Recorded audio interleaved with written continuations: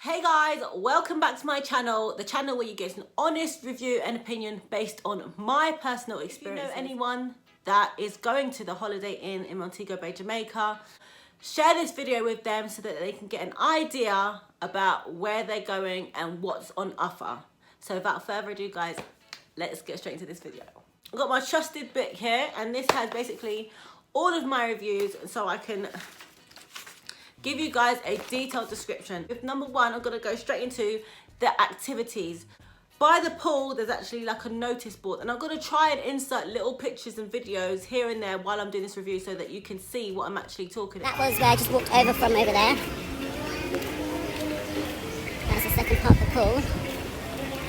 This is the barefoot bar where you can just get drinks. All on the notice board, it's all timed so you can see what's happening at what time and if you want to go to it and where it will be. Down by the sort of beach area, there's like a hut that serves food sort of midday, so they serve like popcorn, hot dogs and ice cream to give your towel, to get your towels. And they have paddle boats, they have other things. You sit in there and the lifeguard takes you out. Obviously it is wind powered, so you sit there and you hold onto this little black rope and he waits for the wind to take you out. It whooshes you out. I was absolutely petrified. I can't even see.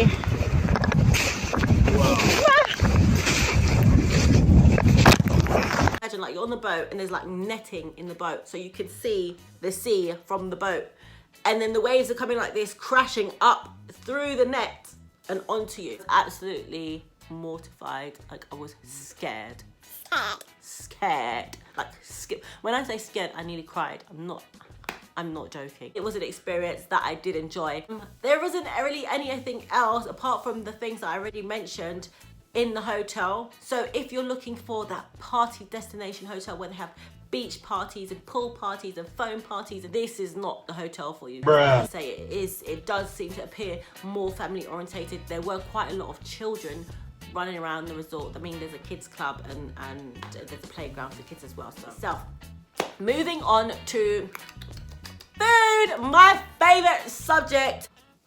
Right, I don't really know where to go with this because although they advertise authentic Jamaican cooking, between us guys, it wasn't authentic Jamaican cooking. This cake is gorgeous. This is a really nice cake.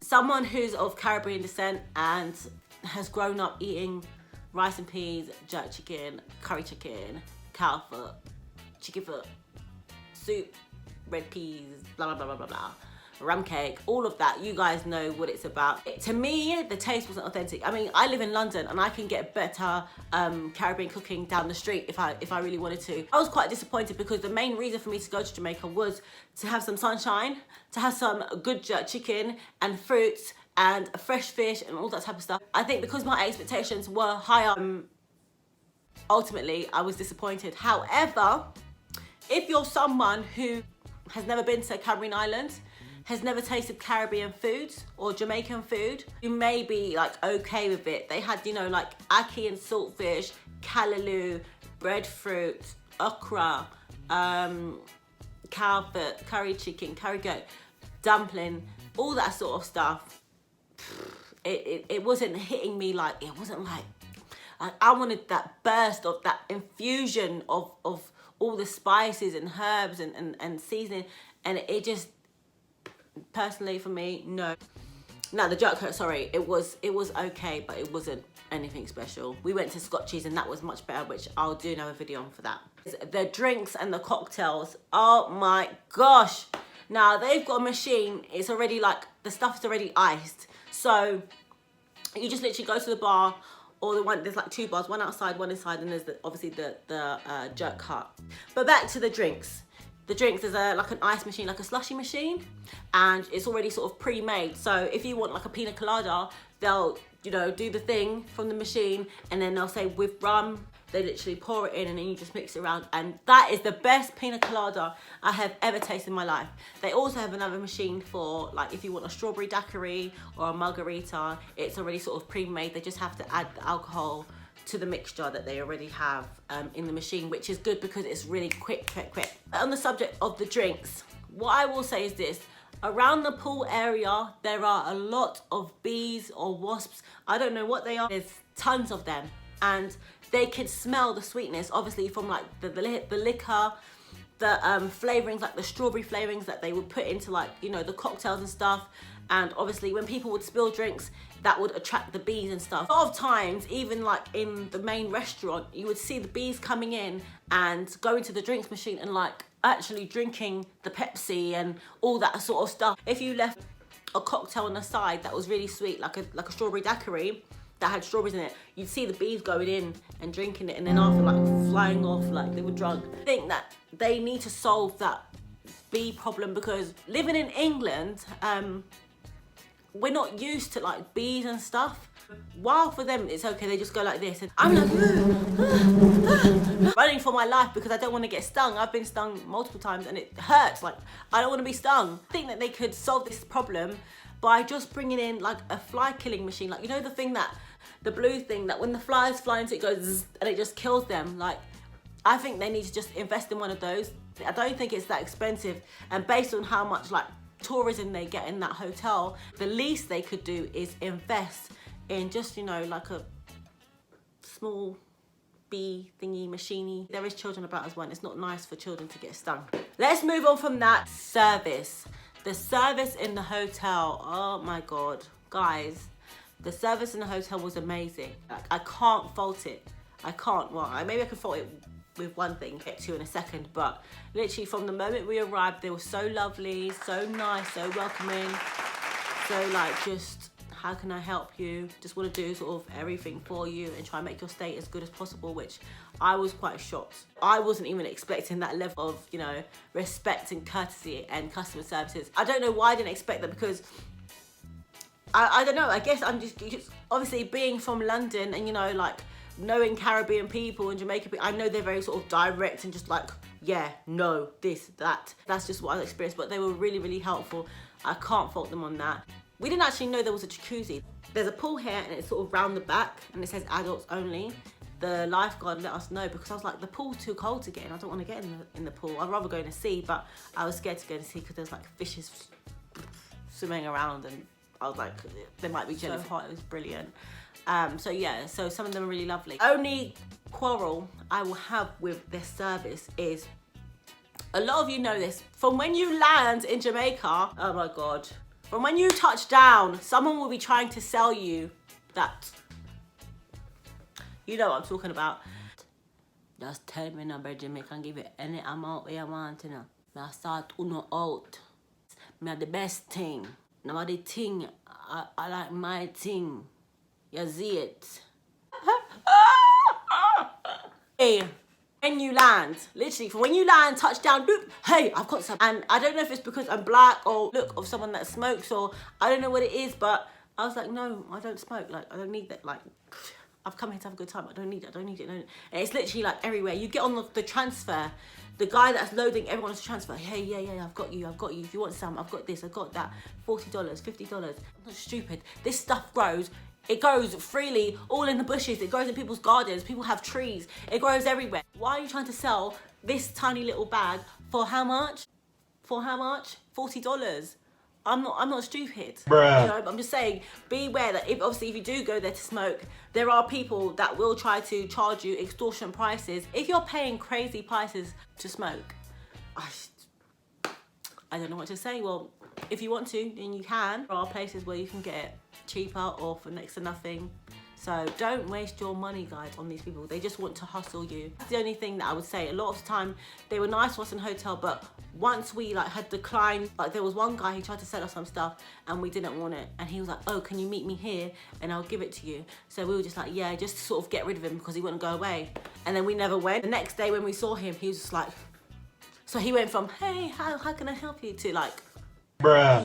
Just never spoke to us again for the entire time. So there are people like that. Cleanliness of the hotel. The hotel was pretty clean, and I was really area here, and you can like hang your stuff up. There's a stave and also your iron. You can sit here. This is the joining room, so that leads to another room, but it's been locked the whole time. Television, another mirror, and we go out to the view. That's again where you can hang stuff.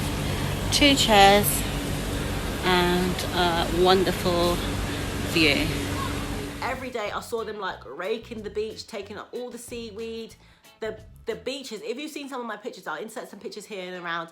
The beaches were immaculate. Like, I cannot fault it. The sand was beautiful. And even on their sort of little, I think it's a man-made island. So it's like, they've got a beach and then they've got like a separate man-made island which you could walk over from the resort, the little man-made thing, and sunbathe there, and that was so cute as well. It's something different, which, you know, when you go on holiday you don't usually see.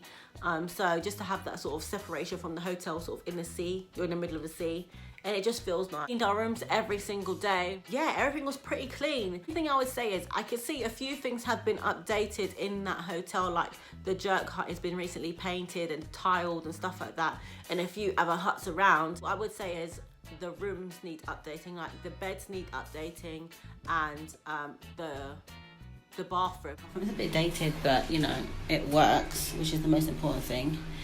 That's that. Toilet, a nice mirror.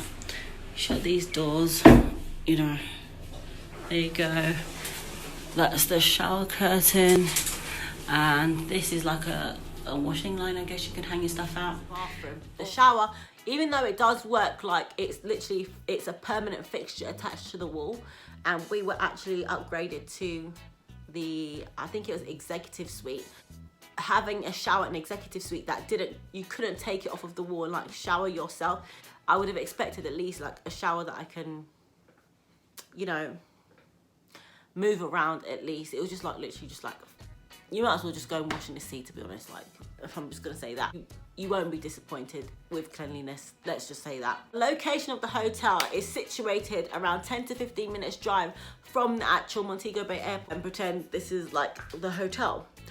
There's a roundabout as soon as you come out the airport, which is here, and then you go straight, and it's just literally a continuous straight until you get to Montego Bay, which is on the same side. Now, bearing in mind they drive on the same side as us here in the UK. That's different to obviously America. So if you do rent a car, just be aware of that. If you want to stay in Montego Bay, but you want to do excursions, don't stay in Montego Bay. It's here, and WATXH is all the way over there. To get there, it's going to take you an hour and a half, depending on your driver. You can get a driver that goes there in maybe like 50 minutes, 45 minutes, which we did have one of those crazy drivers eventually. Majority of the time, it does take you an hour and a half, 2 hours to get there, just because it's such a distance. Everything in Jamaica is so far spaced out. There's nothing that's really kind of close to each other. Even if you want to go to the shop, unless you live in a kind of like a little town, the shop is miles away. But I definitely suggest that if you want to do excursions, we did Mystic Mountain, Dolphin Cove, stuff like that. Just stay in WATXH. It's much easier to just for you to be there. Go Bay to WATXH, depending on your driver, depending how much he wants to hustle you, can cost you $80 upwards, US. I'm not talking about Jamaican dollars, US dollars upwards, okay? The driver will take you there, he'll wait around the area for you, and then when you're ready to go, he'll take you back, which I want to touch on that as well. So we took a local taxi to the bus park down in Montego Bay downtown, and then we paid $500 each to go from the bus park to WATXH. So if you do want to travel by WATXH, just know that you can't sort of just come out your hotel and get a taxi to WATXH unless you're really lucky and someone's going that far.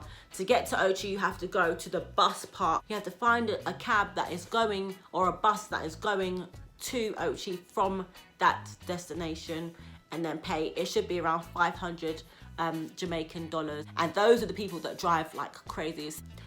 Let's get down to price. The total price for 2 adults and 10 nights at the Holidayinn Inn Montego Bay, Jamaica was, now drum roll, $2,000. £400 for 10 nights, guys, all inclusive. That was with an £150 discount, because at the time when I booked it with TUI, they had a discount going. Overall, what would I rate the Holiday Inn Jamaica Montego Bay? Rate it a solid 7 out of 10, and that's because the whole experience of, you know, being in Jamaica, I think the service has a lot to do with my score, because had the service not been good, I wasn't really feeling the food too well. The cleanliness was absolutely amazing. So I guess it was the cleanliness and the customer service that really did it for me. And if I do return to the Holiday Inn Jamaica, that will be the reason why. I hope you enjoyed this review. I hope I gave you enough depth. Thinking of going to the Holiday Inn Jamaica, I want you to comment down below if you've already been, or if you're planning to go, or if you've already booked your holiday, and if you found this review helpful. Until the next video, take care and see you soon. Bye.